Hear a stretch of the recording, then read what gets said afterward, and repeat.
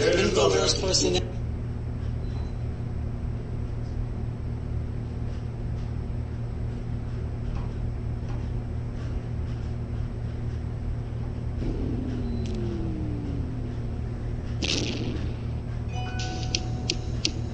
Get ready for the truth, the whole truth, and nothing but the truth. For the next hour, we will forget about the black man, we will forget about the white man, and we will deal with the human.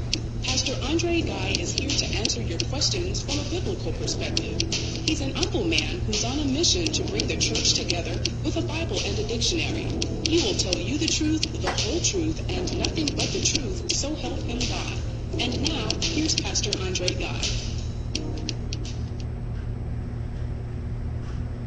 Hello friends, how you doing? This is Pastor Andre Guy, and this is a service that we had at the church on September the 24th.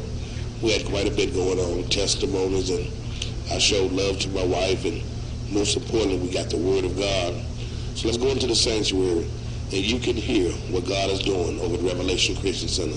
God bless. I love you. Here comes Pastor. I want you to talk right in the microphone when you do this, kid. I'm a firm believer. God first, family second, then government and all the rest of that stuff come third. And men need to know how to love their wives. That's important. The one thing about trusting your wife, I ain't never got to trust my wife because I trust me and I know when I'm on my job. And I'm on my job. So my wife likes chicken. Yeah, she does. I was around through Sanctuary yesterday talking about, I told her that she ain't got but one ex-boyfriend, that's me. And I stand by that. I'm no ex-boyfriend she got. Your husband is your ex-boyfriend. So when I heard her checking in the sanctuary yesterday, I just smiled. Here's my reply to you checking wife. Amen. The title is, My Woman is Also My Wife, and I love it. God blessed me to marry a woman that was my girlfriend as well. If you think you can't quit your wife, I have something to tell. I was in my den talking to my woman about my life. In the midst of the main conversation, I thought, this is also my wife. My ex-girlfriend who made me smile now fulfills my every lust.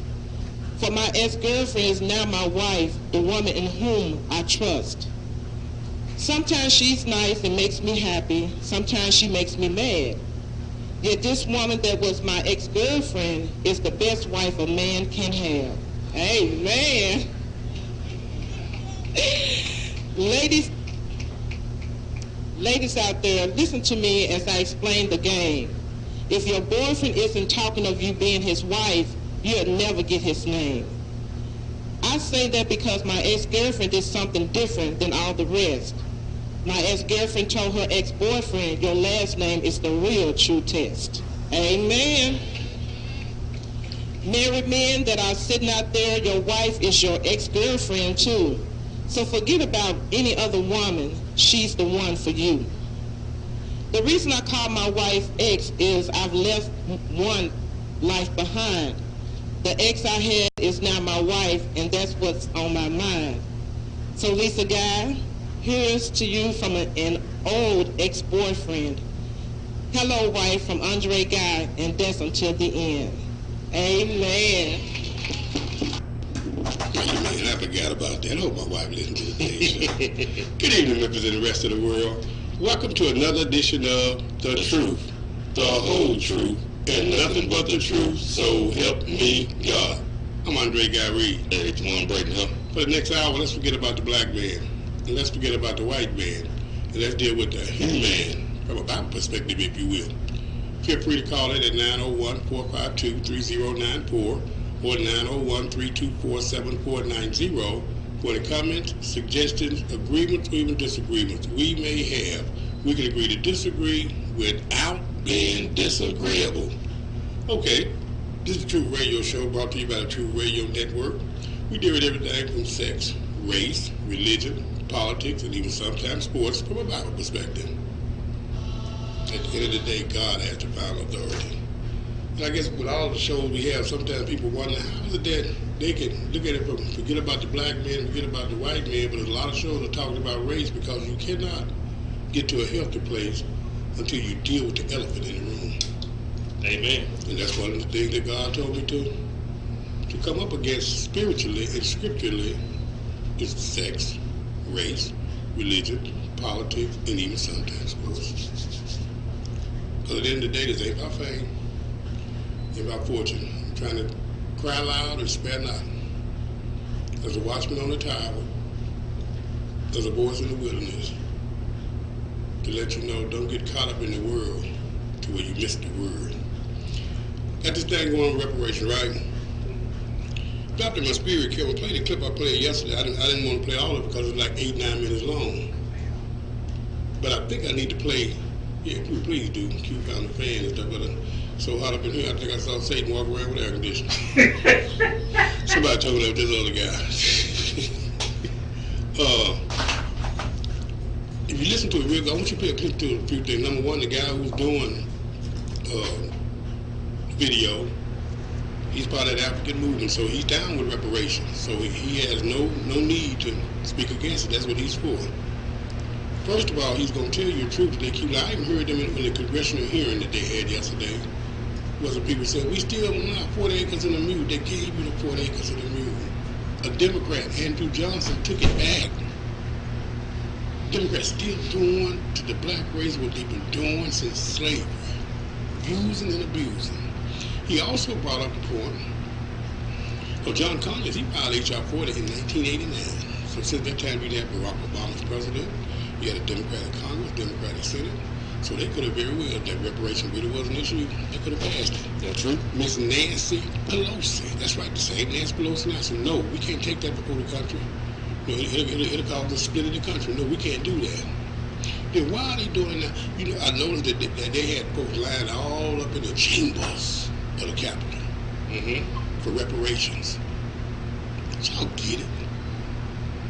What they're doing is they're finding something to feed your frenzy, so you keep coming like hogs to a slaughter to the same thing you've been doing since 1964. Going on that Democratic plantation. You talk about slavery, now that's the new systematic slavery, is that Democratic Party when it deals to black people. Here's the kicker. I'll play the clip. I listened to Bobby O.J. them this morning, and you know, I feel sorry about people sometimes, I do. And they're discussing about how, now we need to go ahead and vote on this, we need to get it done, because each person get $1 million, and they tell me, now give them $100,000, and who's going to buy cars, and all that, right? Right. You know, they're not paying attention to Q. What's that? The hearings that they're having is not even discussing giving you any money for reparations. They are discussing whether they need to form a committee to talk about reparations. They ain't talking about giving you a dime. These folks are mandated in their minds and stuff about a certain amount they finna get and all that, and they never did give us our 4 acres of the mule. This guy, he finna tell you. And then Nancy Pelosi was all of a sudden a champion of, yes, I do. I know you need reparations. And then they put a little Steve Cohen up there because he done told him, you can let me lay head that committee because I know the people in my community, they ain't got to worry about re-election. They gonna vote for me regardless. And I want to head that committee. So we're going to take a listen to this. I think his name is Son Kofa. He might be some kid, his son, what's his name, Babatunde, just a young fellow here in Memphis, a.k.a. Wild Reed. Let's take a listen to this. Remember Nancy Pelosi?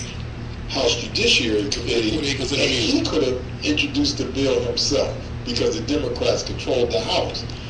And he was talked out of doing that by Nancy Pelosi, as said they would divide the country. So it never really got introduced. Why do you think President Obama hasn't gotten involved in the reparations movement? Well, I mean, the Reader's Digest version of that would be, I think that we see our president struggling on issues of race in general. Right. I mean, he struggled with, the most recent incident in Ferguson, Missouri, to gather words to do that. Reparations is clearly a divisive issue if you don't want compensatory justice for Africans in America. If you do, is okay. And see, the cop-out of this is, oftentimes, I remember doing when he was running for president in 2008, he said, well, I don't want reparations, I want jobs, I want better education, blah, blah, blah. All of that is tied into reparations. Right. And there's some people who say, I don't support reparations, but I support affirmative action. That's like saying, I put it this way, it's like saying that, it's comparing like lemonade to Jack Daniels. I mean, lemonade would be affirmative action. Jack Daniels would be reparations. Is there any legal basis for reparations? Oh, yeah. Most definitely. All international courts recognize that crimes against humanity, which means that it involved a huge group of people over long periods of time that were annihilated. The most recent one was Rwanda under the Clinton administration. So it's recognized in law. There's 9 standards. We don't have to go through those now. But I actually have looked at those 9 criteria for crimes against humanity. And in the case of Africans in the transatlantic slave trade, we meet all 9 criteria. Okay, so you mentioned that this is a crime against humanity. Where was that language adopted at? United Nations, International Criminal Court in The Hague, and it was actually adopted as early by the League of Nations during World War I. So it's been around for many years. I guess roughly about 100 years. Can you tell us about the World Conference Against Racism and where reparations played a part in that? Yeah, I attended the World Conference Against Racism in 2001 in Durban, South Africa, and it was the first time in history, even the Pan-African Congresses that Du Bois called together, that Africans from all over the globe got together and met over a period of 10 days in Durban, South Africa. We had met in Vienna and South America and other places, but we were united in the issue of reparations. I mean, totally united. And we got backing from the Palestinians, we got backings from the Roma people, some people called gypsies in Europe, to support the idea of declaring the transatlantic slave trade a crime against humanity. That was a major step forward, because when you say a crime against humanity has been committed, there's no statutes of limitations, and that was the advantage of it. Dr. Moose, we got to take a break. You're watching Senko for Community Affairs with Brother Salim Adolfo. We're discussing reparations. We'll be right back.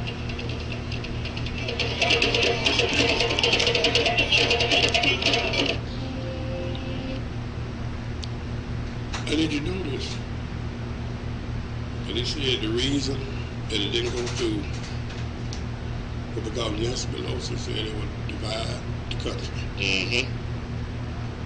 What changed this election? Mm-hmm. And this is the real kicker for me. Okay. They're not talking about giving y'all money.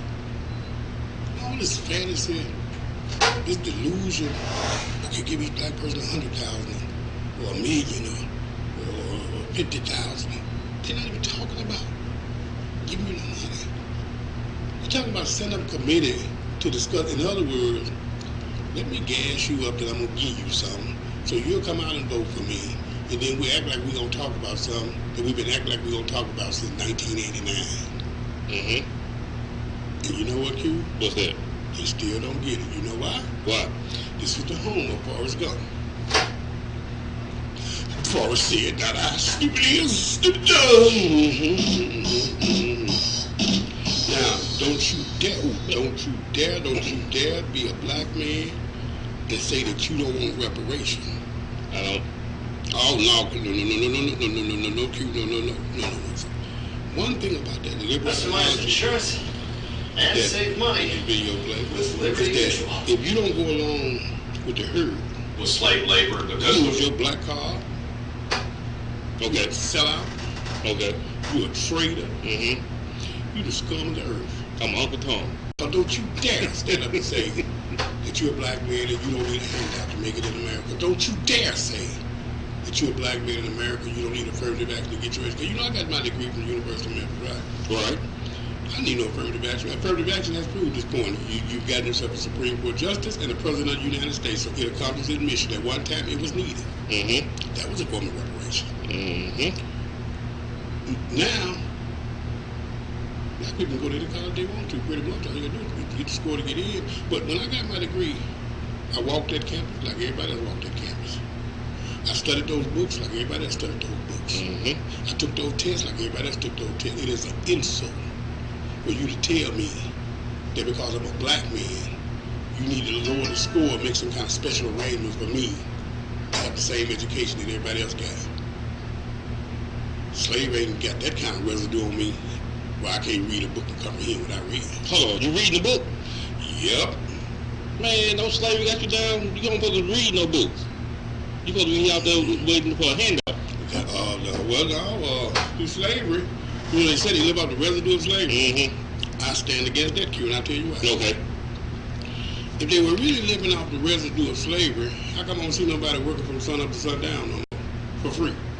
They wouldn't work from sun up to sundown for pay. That don't sound like slavery to me. Well, some black men are waking up. Okay. And they're not living life in America as a black man. They're living life in America as a man that happens to be black. Hey, I got a question though.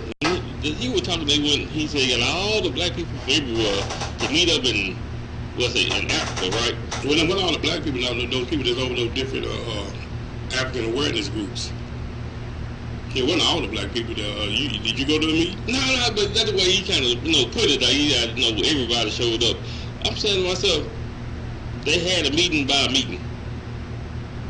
Well, which one you talking about? You talking about for the United States or the Shaka dude right there? Right. No, they had a meeting in The Hague and those different places to discuss their strategies of obtaining reparations in America, and what they were doing is going to other places in the world to gain their support there, because you have to have a label, what's the word they use, human, not tragedy, but you had to have the United Nations to declare a crime against humanity. Once the United Nations declared it a crime against humanity, that gives them credence to go before the United States and demand retributory payment. Best way I can explain that. You got a caller? Yes, sir. Okay, put him through. Hello, caller. Welcome to the show. Take your radio down, please. Take your radio down. Okay. Hello. Wow. I'm sure if I be waiting in line for my money, but I don't want no news. but they're not talking about giving you no money, Miss Master. Well, I don't want nothing there. But if all you want is some land or some money, then you in trouble. Right, land or money. Well, you in trouble because they not talking about giving you either one. All they saying is, we want to sit down and talk. Well, that's all right. You got to talk now before you do anything. Oh, so you believe they talk, they're going to give you something? Yep. Mm-hmm. Tell me something. It's been 30 years since they first introduced this. At your age, do you think you're going to live where you're going to get what they're going to give you? Yep. Oh, okay. Well, I tell you what, if you're hoping on a dream, it can't come to you but a nightmare. Wow. And then, what is that old man name saying that they already gave us Obama? Somebody needs to get him. That old thing need to be sitting down in the pot field itself. He didn't say they gave you Obama. He said they already gave you the 40 acres and a mule. Well, that man, I forgot his name, but, oh, Lord, have mercy. Miss Master, maybe it's just maybe that you really not listening to the issues, you just want to fight.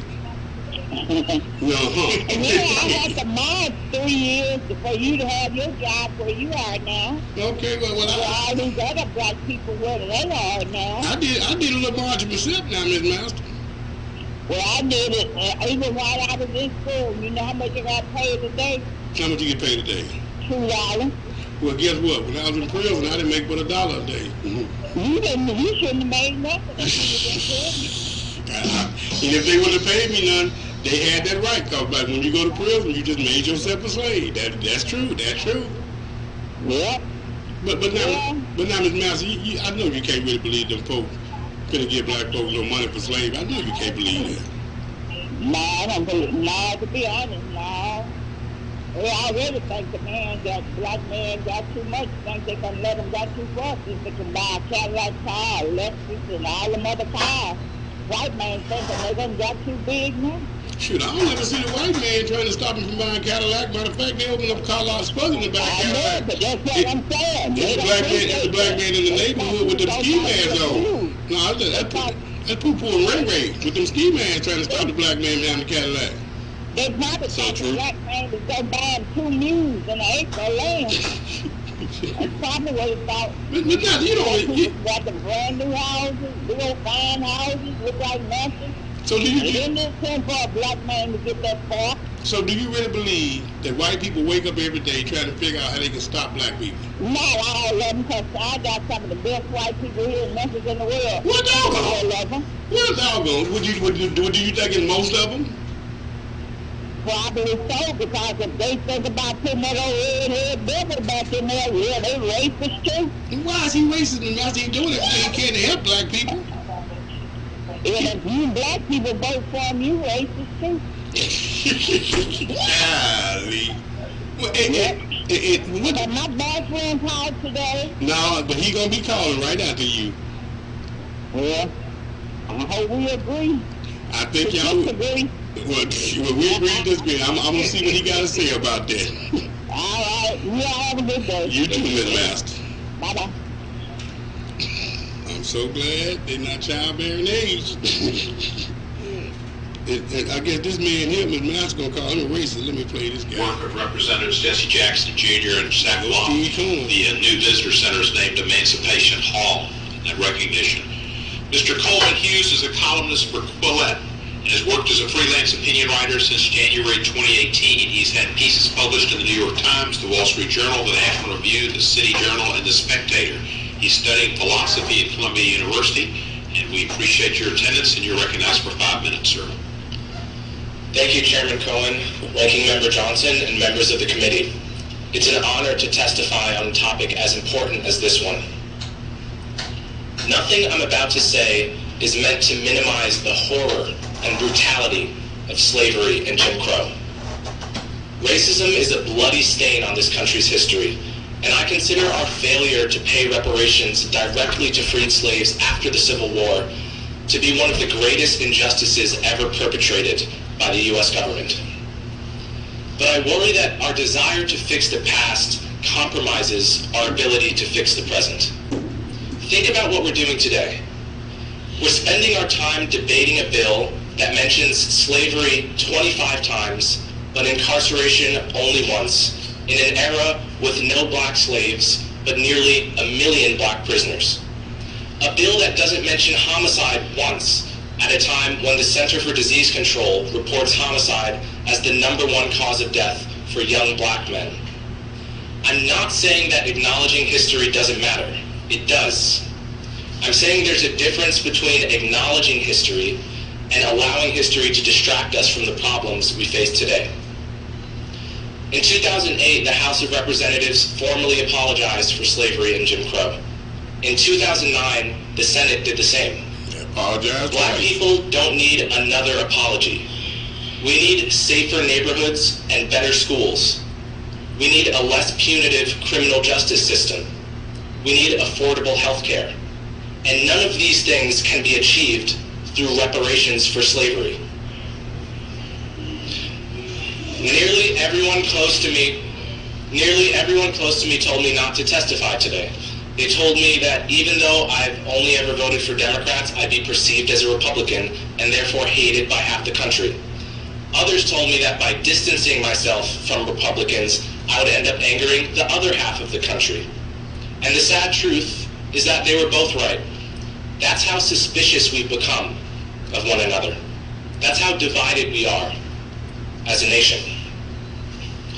If we were to pay reparations today, we would only divide the country further, making it harder to build the political coalitions required to solve the problems facing black people today. We would insult many black Americans by putting a price on the suffering of their ancestors. And we would turn the relationship between black Americans and white Americans from a coalition into a transaction, from a union between citizens into a lawsuit between plaintiffs and defendants. What we should do is pay reparations to Black Americans who actually grew up under Jim Crow and were directly harmed by second-class citizenship, people like my grandparents. But paying reparations to all descendants of slaves is a mistake. Take me, for example. I was born 3 decades after the end of Jim Crow into a privileged household in the suburbs. I attend an Ivy League school.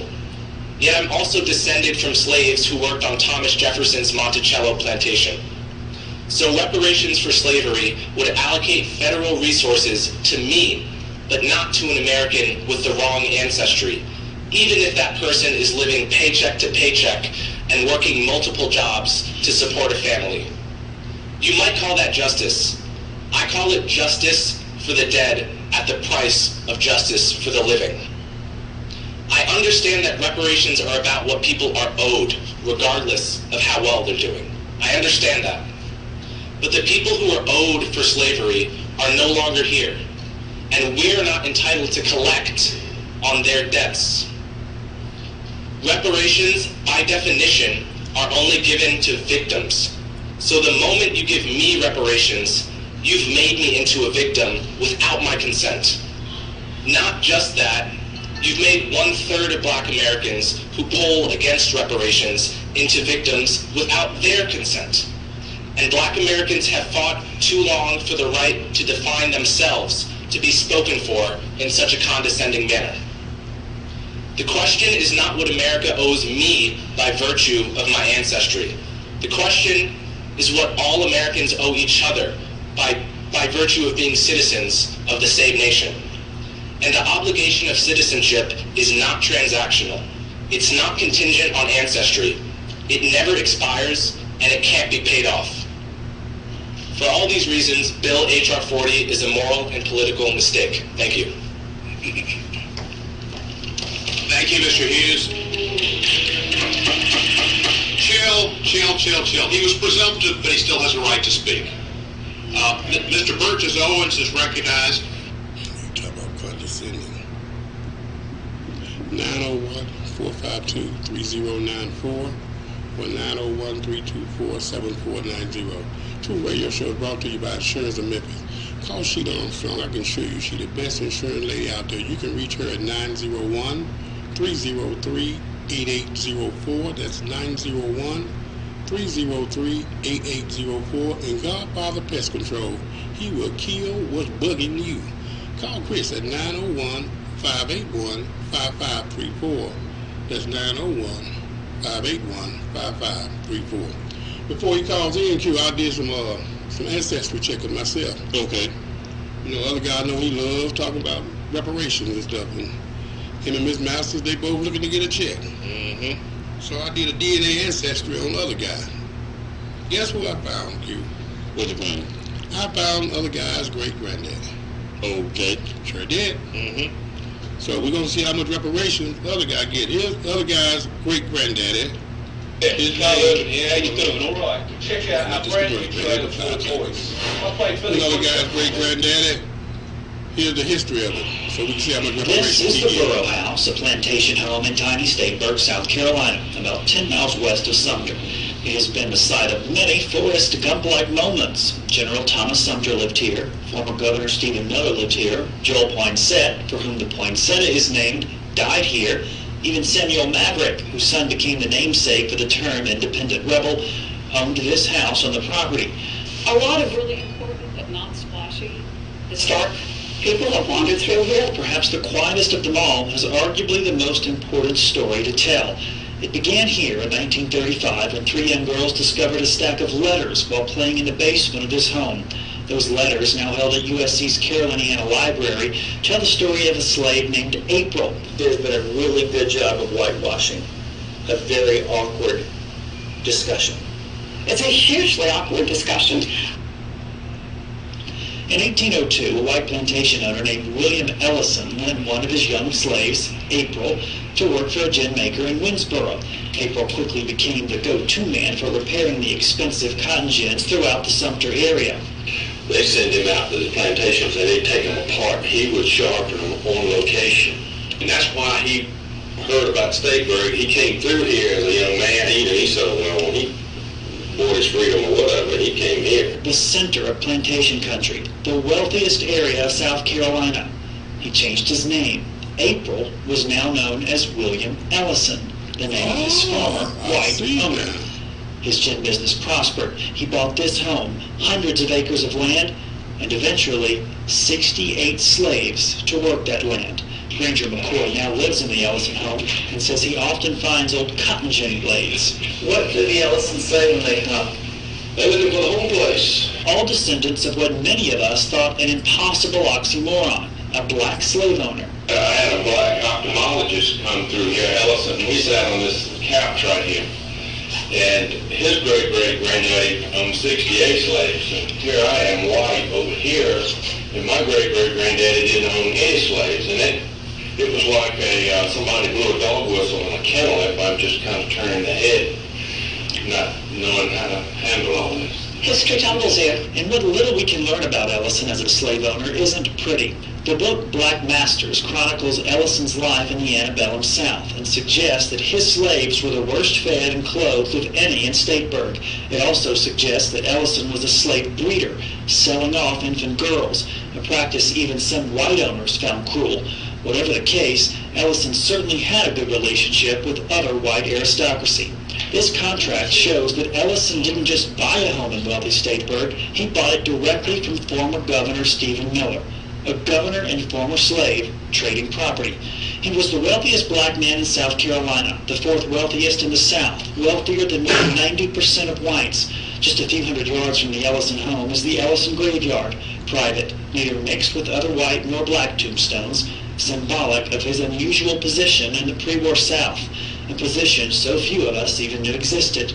Whatever happened during Reconstruction, and then up through the Jim Crow era, anything and everything that had to deal with the relationships between the blacks and the whites just went underground. And may have remained so, if not for a stack of letters found under his house.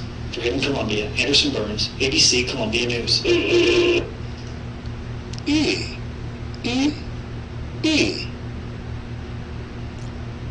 Who pays reparations after that? His descendants. They want to go there. The Ellisons. One of them was an ophthalmologist. The Ellisons are doing pretty well off that slave money. Interesting. As a lady, it's probably one of the biggest slave owners in Louisiana. The one who pays money off her slaves, her descendants. How do you work this thing out, y'all? 901-452-3094 or 901-324-7490. And last but not least, in my playing up thing, I gotta play what other guy hates the most. Prager you the truth about Democrats. He hates this video. He hates it. They hate this video so bad that a man called in on WDIA and said they got this preacher lying on the radio telling folks that the Democratic Party was the one that was over slavery and over Jim Crow. It's easy to find a country like Bobby couldn't tell you, but Bobby don't know. When you think about racial equality and civil rights, which political party comes to mind? The Republicans or the Democrats? Most people would probably say the Democrats, but this answer is incorrect. Since its founding in 1829, the Democratic Party has fought against every major civil rights initiative and has a long history of discrimination. The Democratic Party defended slavery, started the Civil War, opposed Reconstruction, founded the Ku Klux Klan, imposed segregation, perpetrated lynchings, and fought against the Civil Rights Acts of the 1950s and 1960s. In contrast, the Republican Party was founded in 1854 as an anti-slavery party. Its mission was to stop the spread of slavery into the new Western territories with the aim of abolishing it entirely. This effort, however, was dealt a major blow by the Supreme Court in the 1857 case Dred Scott versus Sandford. The court ruled that slaves aren't citizens, they're property. The 7 justices who voted in favor of slavery all Democrats. The 2 justices who dissented, both Republicans. The slavery question was, of course, ultimately resolved by a bloody civil war. The commander-in-chief during that war was the first Republican president, Abraham Lincoln, the man who freed the slaves. 6 days after the Confederate Army surrendered, John Wilkes Booth, a Democrat, assassinated President Lincoln. Lincoln's vice president, a Democrat named Andrew Johnson, assumed the presidency. But Johnson adamantly opposed Lincoln's plan to integrate the newly freed slaves into the South's economic and social order. Johnson and the Democratic Party were unified in their opposition to the 13th Amendment, which abolished slavery, the 14th Amendment, which gave blacks citizenship, and the 15th Amendment, which gave blacks the vote. All... Let's pause for the call. Hello, caller, welcome to the show. Oh, I don't have anything to say. I just wanted to get that thing to you all. I know that. It's like pouring water. Yeah, like pouring water on a scarecrow. Why do you say that, God? Because I'm trying to educate people on the truth. What a great word, truth.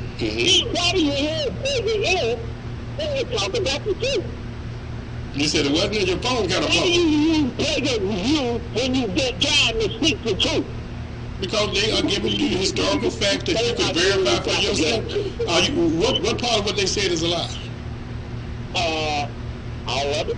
Okay, so you telling me that Democrats were not the ones who were the slave party? Now, can I ask you a question before I answer? Were those Democrats right? Well, they were, yes. Yes, they were. They were the slave party. Were the Democrats the ones who started the KKK? According to breaking you. No, not breaking you, according to history. Oh, history? Yeah. But they were white. But were they Democrats? Yes, you give me some, I'm going to give you some now. Okay. Yes. Okay. Yes, they were Democrats, white Democrats. White Democrat, okay. We would make that emphasis, white Democrat. Were the Democrats the party are the ones who instituted Jim Crow? Yes, white Democrats. White Democrats, right? Yes. Were the Democratic Party the one that voted against the Civil Rights Bill of 1964 and 1968? Yeah, one of y'all little boys over there, Al Gore, dad of the party. White. Gotta keep that white in there now. White Democrat, you got it. Okay, now let me ask you this question. So, taking all that into equation, you would surmise that you're saying that white Democrats have not been meaning black people any good in the history of the United States. Would you agree? No. Those 40s and 50s white Democrats didn't mean the blacks any good. Oh, so you think the white Democrat changed somewhere? Oh, absolutely. And tell me when did this happen? Let's see. Let's stay with the 65 Voting Rights Act. Yeah, let's go there. Okay. And then can I ask you a question? Sure. Why are you so afraid of the truth? I seek it every day of my life. What? You can't seek it when it stares you right in your face on yesterday and you ran like a chicken. And what truth was that? I see Wellington King James Version. That's why I tell you, man. I see went into the King James Version and he proved why Johnny can't read because he got lessons from RC. That's what RC is. Now that's a good one. But RC gave you chapter and verse. Of something that was different than what he said. He read me a scripture that said a laborer is supposed to get paid. And I'm trying to explain to him that there's a difference between a laborer and a slave.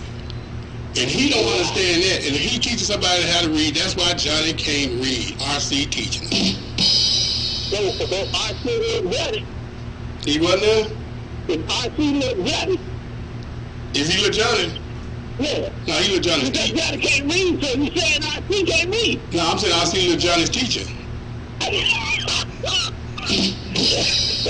Look at Pastor Guy. That made me look Johnny D. Now you get it.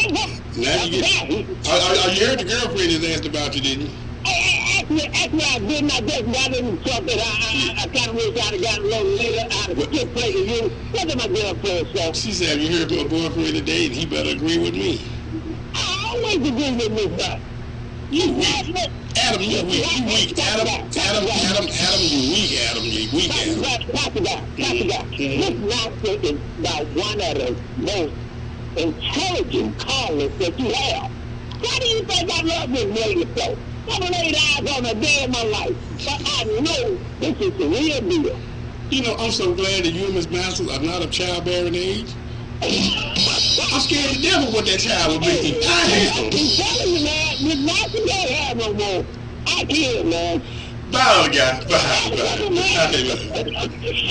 I knew, Fergie, you were going to bring him up, but I ain't really quit playing. Here's the other half of the Democrat. He admitted himself. Ain't nothing in it. All of it got to be white Democrat. He mean, it's like a lie. Whether you call it a white lie, a black lie, it's still a lie. It's the truth I'm giving y'all. Because of universal Republican support. During the era of Reconstruction, federal troops stationed in the South helped secure rights for the newly freed slaves. Hundreds of black men were elected to Southern state legislatures as Republicans, and 22 black Republicans served in the U.S. Congress by 1900. The Democrats did not elect a black man to Congress until 1935. But after Reconstruction ended, when the federal troops went home, Democrats roared back into power in the South. They quickly reestablished white supremacy across the region with measures like black codes, laws that restricted the ability of blacks to own property and run businesses, and they imposed poll taxes and literacy tests used to subvert black citizens' right to vote.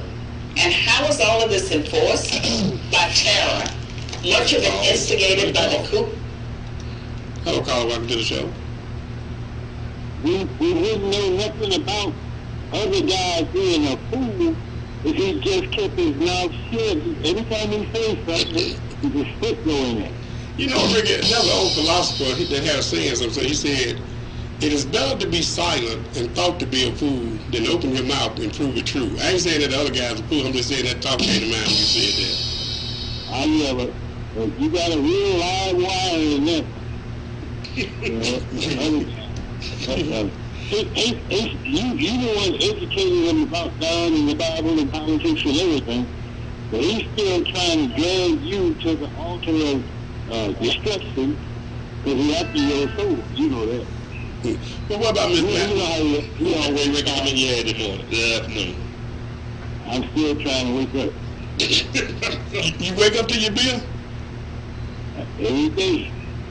What about the medication? Do they give you a pill or do they give you the shot? Both. Yeah, but I'm so used to it.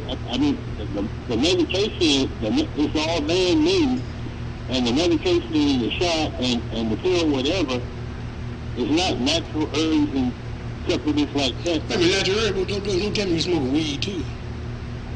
I did that for 10 years when I was 13 until I was 22. What about? I really got this spinning on me. What about now? Do you try to mess with a little kush now? No, I haven't had anything to smoke like that since 1983. Oh, that's when you got the PCP? That was like 5 years after the angel death. I tried to smoke for 4 years after I got hold of the angel death. And I was filled with fear. I'm a paranoid schizophrenic. Oh, yeah. Angel death was in my system. So I couldn't smoke marijuana. And the last thing it doesn't come out the system. Because when I was young, I did angel dust and the purple microdots and all that too. You just one of those collateral damage. Maybe because when you were smoking, you were singing that song, Angel Dust. You had a flat back then. The room I was in, my living room here in Memphis, I was married at the time.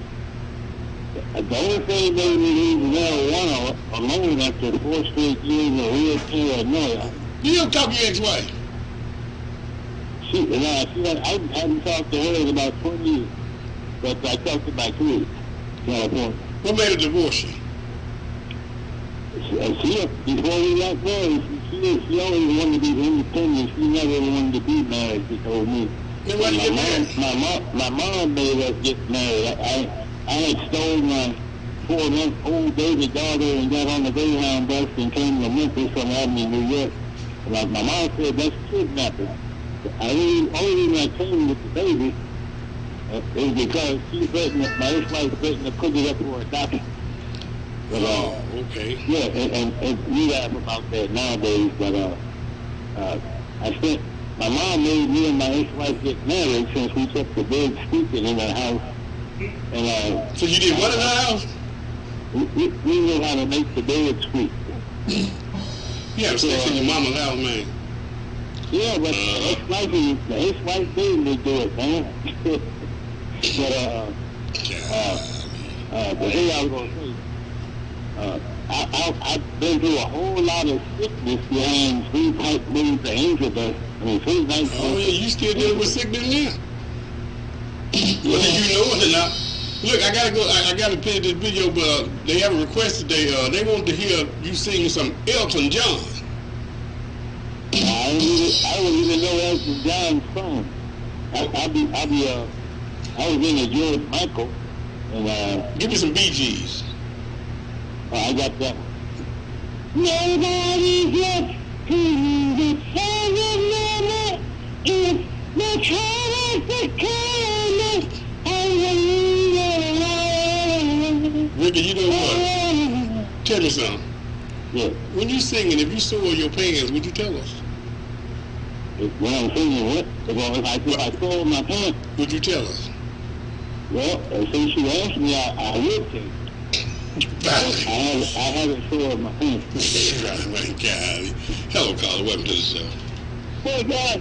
I don't know how to even call that one up. you got your work cut out, I tell you that. I tell you what, for a quick joke of the day, what do you get when you cross a Jehovah's Witness with an atheist? What do you get when you cross a Jehovah's Witness with an atheist? I'm going to get this time. I think you did. What would you get, Q? What'd you get? I don't know. What'd you get, Chris? You get somebody knocks on your door for nothing. I'm trying. I got my drum roll. I'm happy. Hey, there you go. How you doing, my friend? It's Chris God by the Pest Control, y'all. 901-581-5534.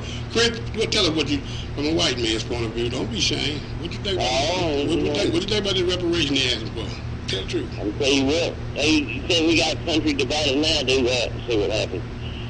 No, it's wrong. Why should anybody pay? What if our children... You know, you told your history on the show, and you know about mine. Right. What if our children had to pay for our sins? Oh, Lord, no.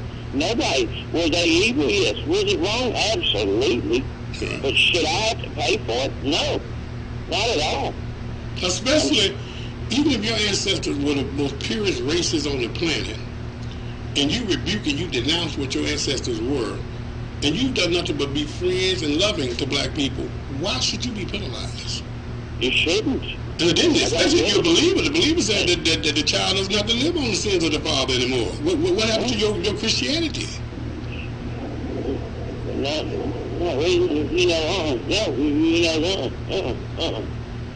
that's wrong. I mean, where does it stop after that? Then what? Do I get reparations because my great aunt was shot by a black person or Hispanic or even a white person?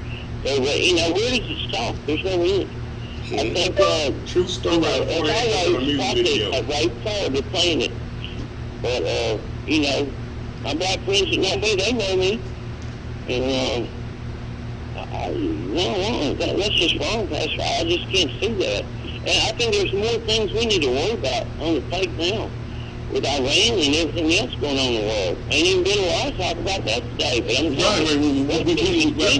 we could be facing another war and stuff, and they are arguing about, but see, I'm telling you something, Chris, they gotta do that. Trump has done too much to help too many people in America. They have no issues to run on. They can't put Obama back up there, so they gotta figure out some kind of way to send people of color into a frenzy to get them to come to the polls. The best way they can do is, they know it's been working for years, promise them you're gonna give them something. I could not have said that better. Absolutely 100% correct on that. That's what just it like is. yesterday when you talked about the Democrats, you know, when we talked about this morning. Right, I told you yesterday, I said it's too early in the game, and now they turning on Biden now. Whoever the next one comes, they're going to do the same thing that the Republicans did when they run. It's going to be... And they're going, let's unite. We got to unite. Yeah. You know, after they slaughtered each other, you know, just a bloody mess. And, now we got to get behind one person. I'm going to tell you, they're running, and they should be. That's a good thing, because in order for God to become to stay and to become the moral fabric of this country, we leave President Trump in office. Here's, I got to run. Q said we ain't got but a few more minutes, and I got to play this clip to get rid of this lie about the 40 acres of the mule. I thought about it, Q. Let me go ahead and debunk that lie, too. On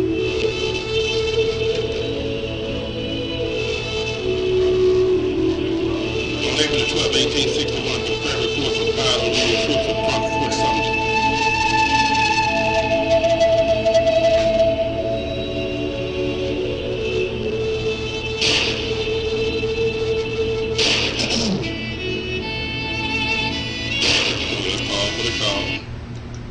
Hello, caller. Welcome to the show. Hey, what's up, Pastor Guy? What's up, Q? Hello, RC. How are you? Hey, what's up? Basically, what opinions about me don't have nothing to do with my spiritual life. Let me start it off like that. You said what now? I said the way people opinionize themselves about me don't have nothing to do with my spirituality. Okay? Okay. Okay, now, first of all, I'm going to start my thing off like your open mind is just like a parachute. If you don't open, it don't work. So, other guy, I want you to get down to critical thinking. Go to 1 Timothy 5:18. It specifically talks about unrighteousness when you work in a person. Okay, a laborer and a slave is the same thing when it comes to unrighteousness. First time, when it comes to unrighteousness, it's the same thing. How can you hire somebody and be unrighteous? So I guess Donald Trump is unrighteous. So he created a lot of jobs. Isn't that right? Huh? Well, he working people for free. Now that's unrighteous, but labor can be an adjective now, right? I know Johnny can't read. First Timothy. A labor and a slave are not the same thing. See, matter of fact, what instruction did God give a slave? Do you know? No, I don't. Go ahead. God told a slave that when you're a slave, you be a good slave. You work even harder. When master ain't around, you work even harder. You be a good slave. That's what the Bible says.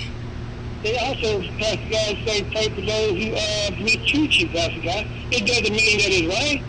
It don't mean that it's right. If you pray for those that mistreat you, if you pray for those that mistreat you, it's right in the eyesight of God. It's wrong if you don't. That means keep your spirituality, even though they lost theirs. Okay, so if I want to keep my spirituality, that means that if I'm a slave, I'm gonna be a good slave. I'm gonna work even harder when the master ain't around. That's what the Bible says. Okay, but it doesn't mean that the slave master is a good person. He's doing the right thing. No, the slave master supposed to. Now, let me explain to you about that. The Bible also gives the master instructions of how to treat the slave. And the way that the master treated the slave in a chattel slave of America, that was evil. Because the master has an obligation of how to treat the slave as well. The Bible instructs on that too. Yeah. When you get through, I want all the guys to read that verse. 1 Timothy 5:18. And I want y'all to read that verse also. It talks about unrighteousness working a person.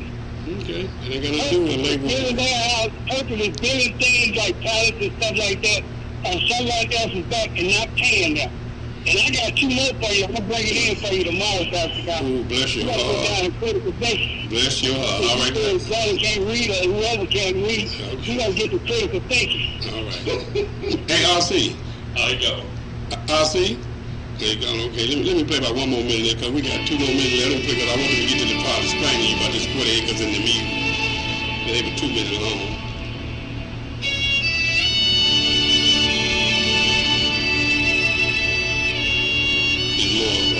Visual than the audio, but this company is showing y'all the scenes and everything. Then I get to the audio part.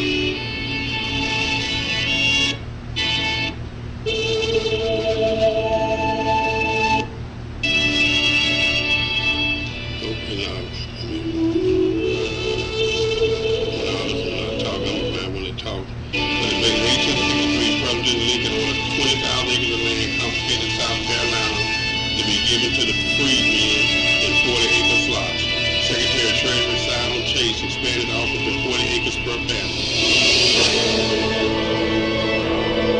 On January 16, 1865, General William T. Sherman issued special order to order reserve coastal land in Georgia and South Carolina for black settlers.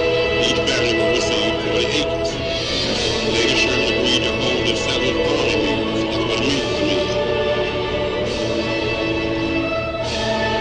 John Wilkes Booth shot Abraham Lincoln on April 14, 1866. The Southern Homestead Act of 1866 made 8-acre plots of land available in Alabama, Arkansas, Louisiana, Florida, Mississippi, free for black and white heads of households. And Andrew Johnson, when he became president, the Democrat, white Democrat, as other guys said, took the land back. Y'all, this is the Truth Radio Show. If you like the show, support the show, go to EntreGuy.com. Click on Revelation Christian Center. You can go to PayPal and donate anytime you like. Maybe we can expand it to 2 hours. This 1 hour is going fast. You can also do the cash card at Lisa Revelation. If you give us the resources, we'll do the work. At the end of the day, I'm telling you the truth, not because I'm a Republican, but because I'm a Christian. God bless. Are you looking for affordable auto, home,